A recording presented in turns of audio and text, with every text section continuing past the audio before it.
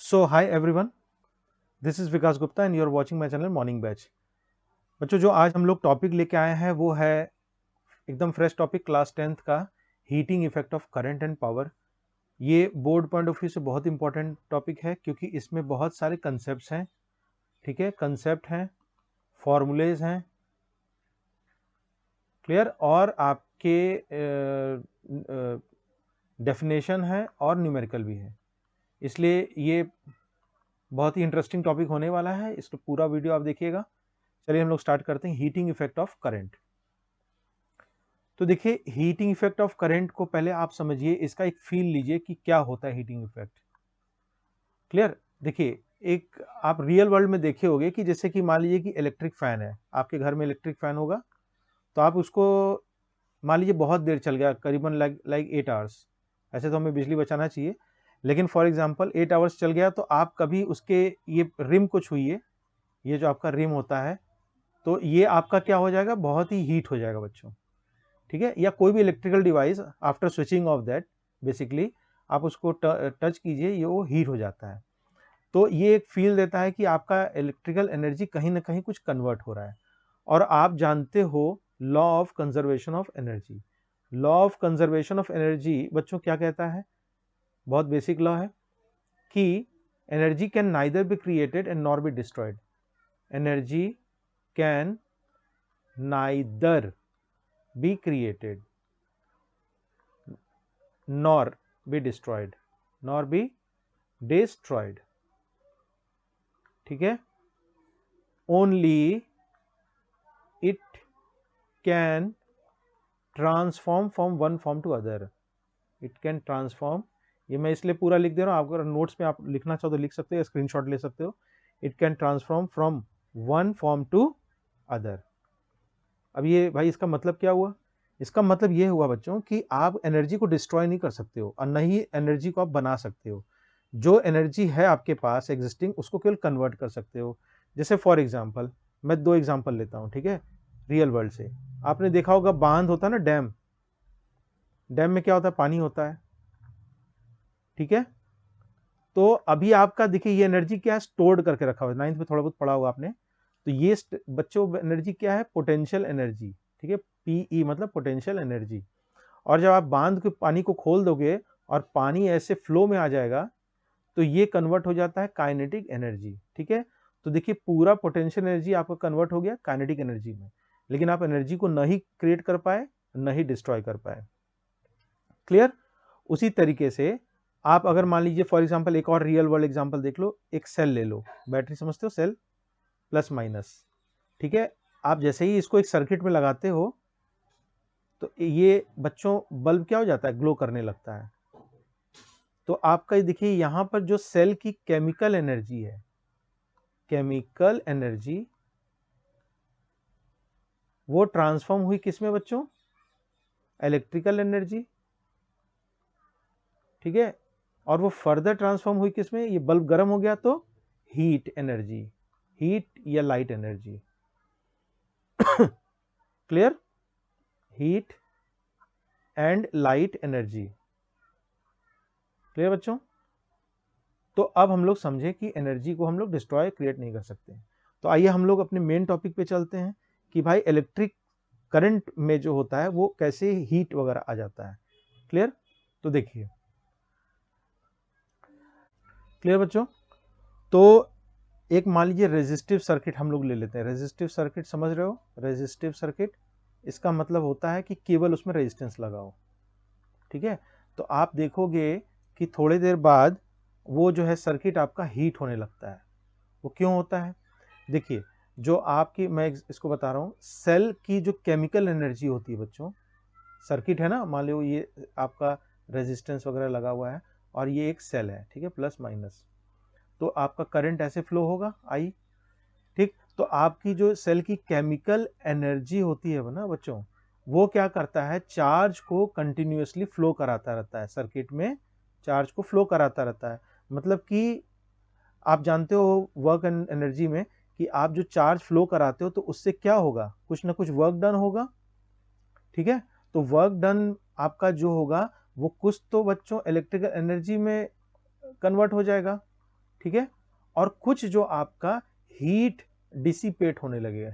Dissipate का मतलब heat आपका जनरेट होने लगेगा उस सर्किट में, ठीक है। तो आपकी जो सेल की केमिकल एनर्जी थी वो परमानेंट सेल चल रहा है, उसकी एनर्जी क्या कर रहा है, चार्ज को फ्लो करा रहा है। मैं इसको बता दूं फ्लो डायग्राम को, केमिकल एनर्जी है वो चार्ज को फ्लो करा रहा है, फ्लो हो रहा है तो वर्क डन हो रहा है, वर्क डन हो रहा है तो क्या हो गया, वर्क डन मतलब एनर्जी, तो वो आपकी कुछ इलेक्ट्रिकल एनर्जी में कन्वर्ट हो रही है और जो बची कुची है वो हीट में हो रही है। इसीलिए सर्किट आप कोई भी इलेक्ट्रिक गैजेट टच करते हो आफ्टर स्विचिंग ऑफ, थोड़ी देर बाद तो देखोगे हीट हो गया है।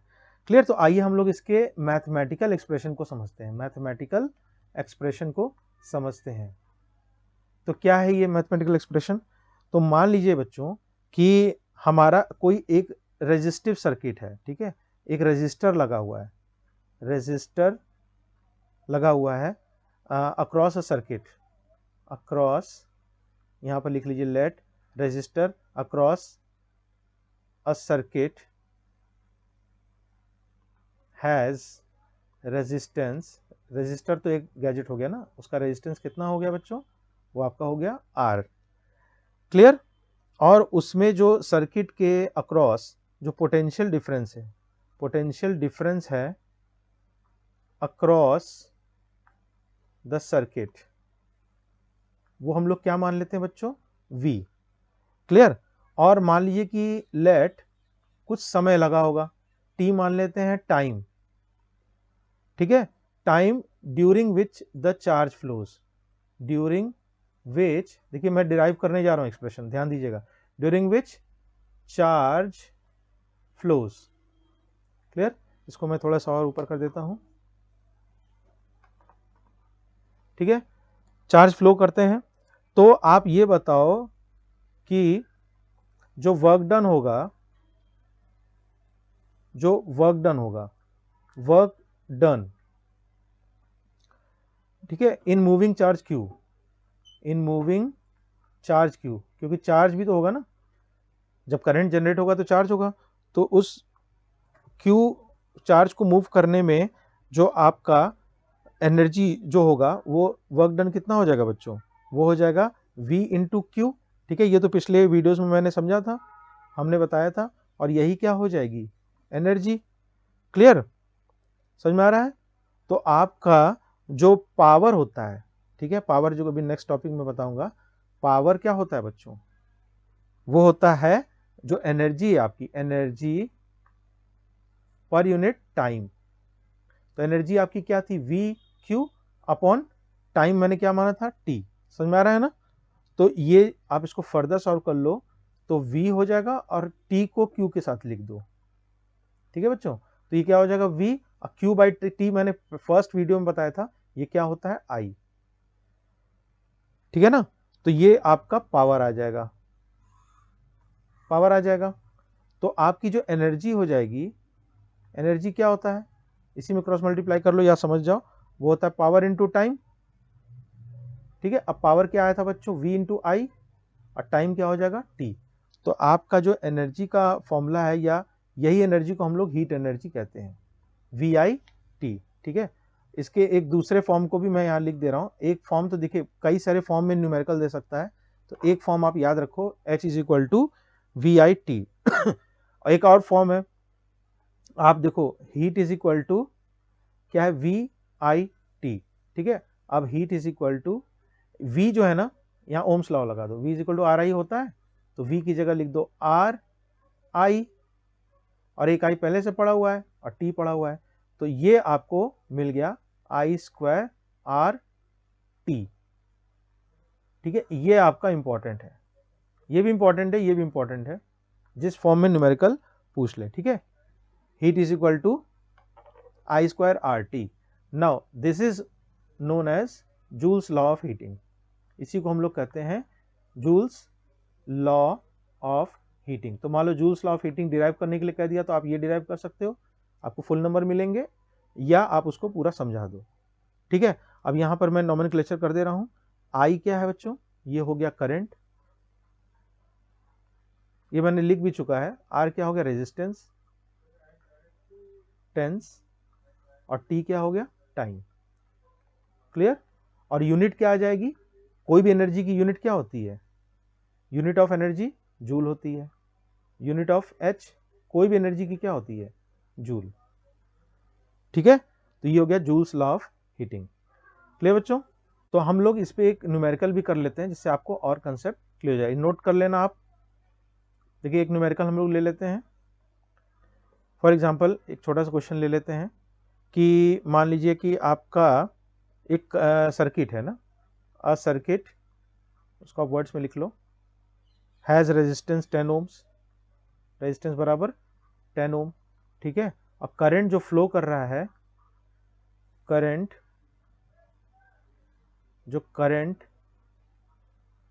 फ्लो कर रहा है उस सर्किट में, इन सर्किट को मैं सी के टी लिख दे रहा हूं, वो कितना है बच्चों, कुछ भी आप मान लो, 5 एम्पियर मान लो, मान लिया।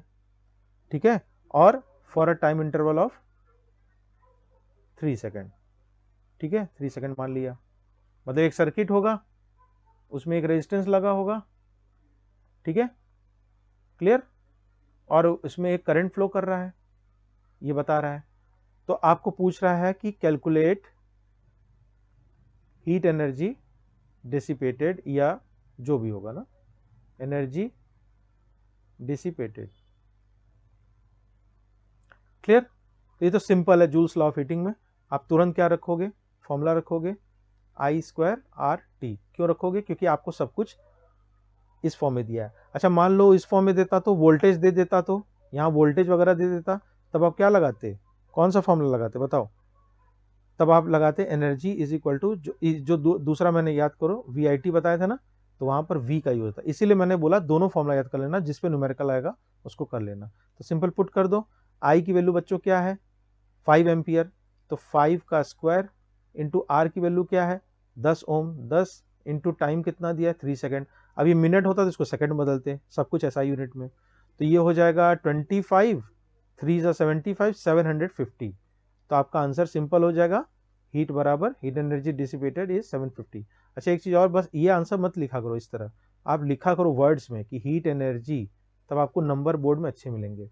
हीट एनर्जी जो पूछा उसी को बस वर्ड में लिख दो लास्ट में, heat energy dissipated is equal to 750 joule. Clear? इतना इजी था ये बच्चों, बहुत इजी था ये। ठीक है, आप इसको प्रैक्टिस करना। तो हम लोग नेक्स्ट टॉपिक पे चलते हैं। ठीक है, इलेक्ट्रिक पावर।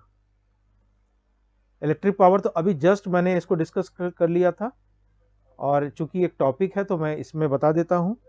ठीक है, इलेक्ट्रिक पावर को आप डिफाइन कैसे करोगे, जैसे रेट, ब्लैक पेन से मैं लिख देता हूं, ये होता है बच्चों rate at which electrical energy is consumed, rate at which electrical energy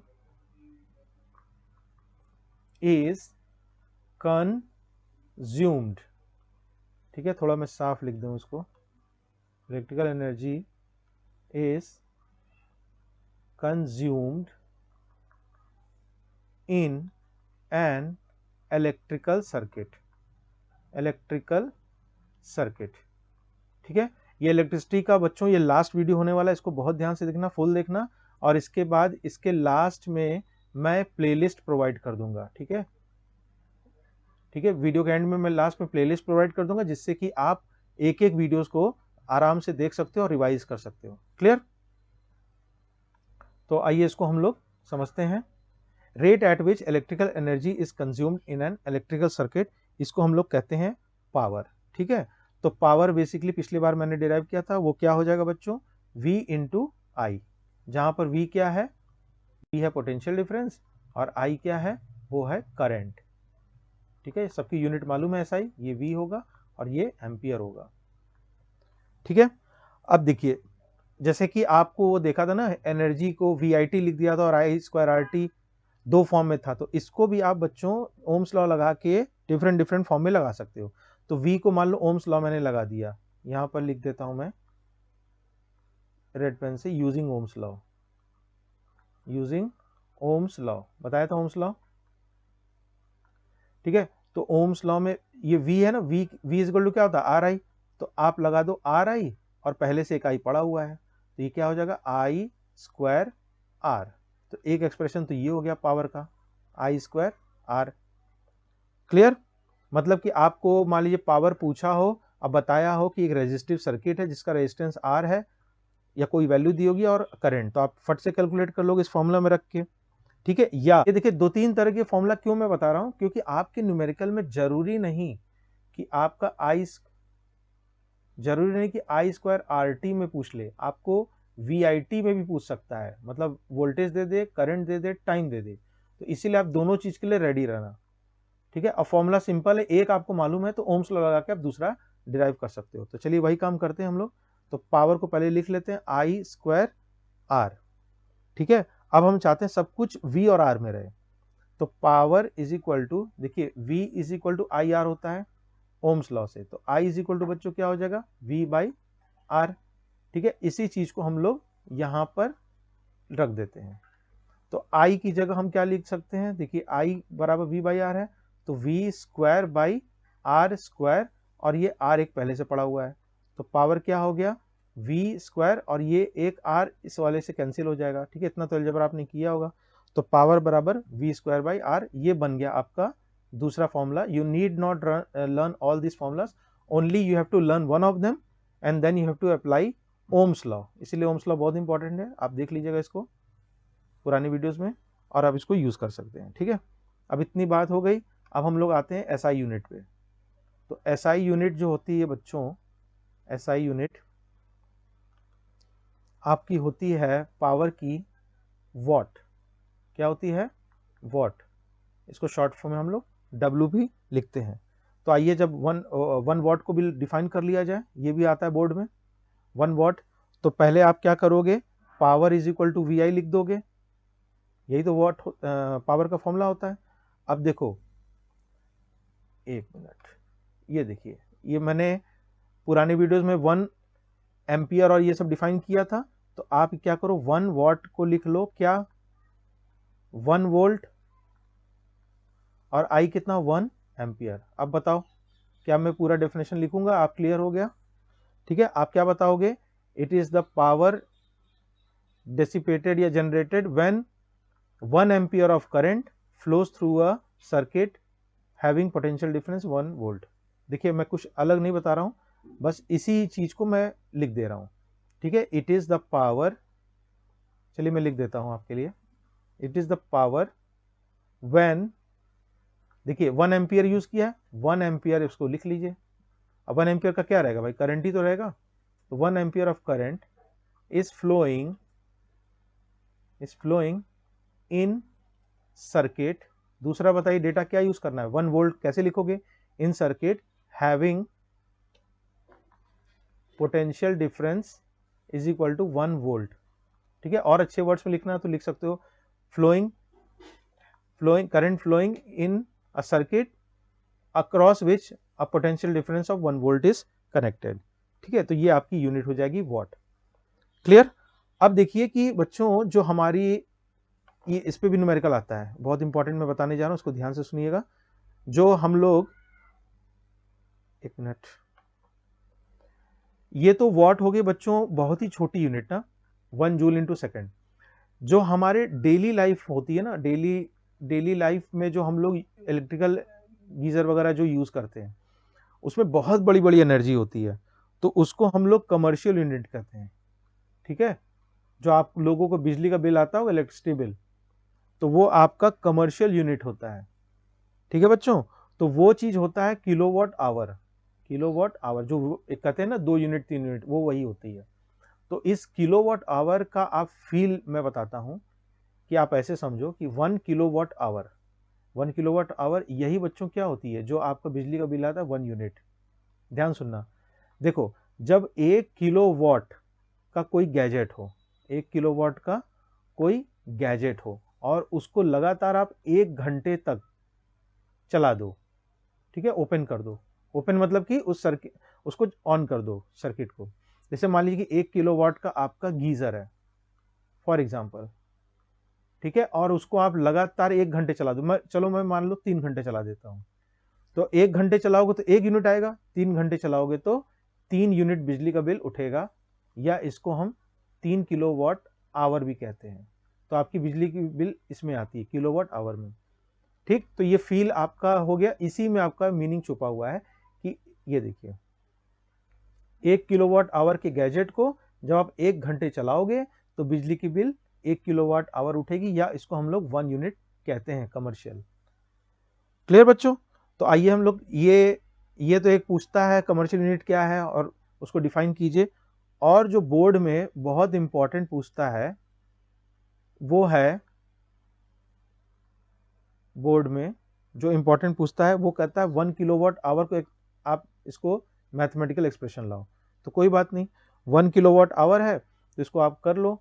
तो ये क्या हो जाएगा 1 kilowatt into 1 our.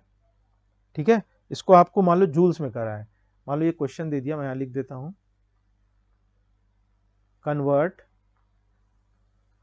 1 kilowatt hour in joules. ठीक है, ये आपका मान लीजिए बहुत ज़्यादा 1 नंबर का क्वेश्चन आएगा और आता है ये, ध्यान से सुनना। तो देखो 1 किलोवाट, क्लियर? तो 1 किलोवाट आप क्या लिखोगे 1000 वाट, यही तो होता है। और 1 घंटे को आप सेकंड में बदल दोगे तो 1 घंटे में 60 मिनट और 1 मिनट में 60 सेकंड। तो ये बच्चों क्या हो जाएगा 6 6 36 और 2 0 इधर से और 3 0 इधर से। ठीक है, तो आपके देखिए क्या हो जाएंगे 3.6 इंटू 10 टू द पावर 6। तभी ना देखो यहाँ पर 1 2 3 4 5 6, तो ये आपका जूल में हो जाएगा 1 किलोवाट आवर। तो देखिए एक नंबर ज़्यादा लाइक, ये क्वेश्चन भी नहीं है। 1 किलोवाट आवर आप लिखोगे, बस 1 किलोवाट लिख दो वाट में और आवर को सेकंड में लिख दो, तो आपका ये आंसर जूल में आ जाएगा। क्लियर बच्चों? तो ये आपका कमर्शियल यूनिट था।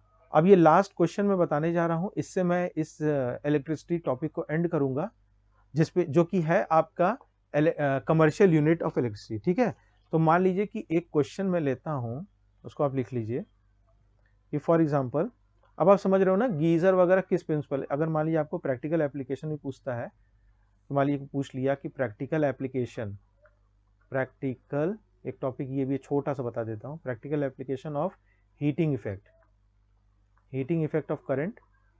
ठीक है, हीटिंग इफेक्ट ऑफ करंट। तो आप बता सकते हो कि जो हमारे पास गैजेट होते हैं, जो गैजेट होते हैं वो यूज होता है। जैसे मान लो गीजर हो गया ना, गीजर हो गया या इलेक्ट्रिकल आयरन हो गया, इसमें बहुत बड़े बड़े रेजिस्टेंस लगे होते हैं।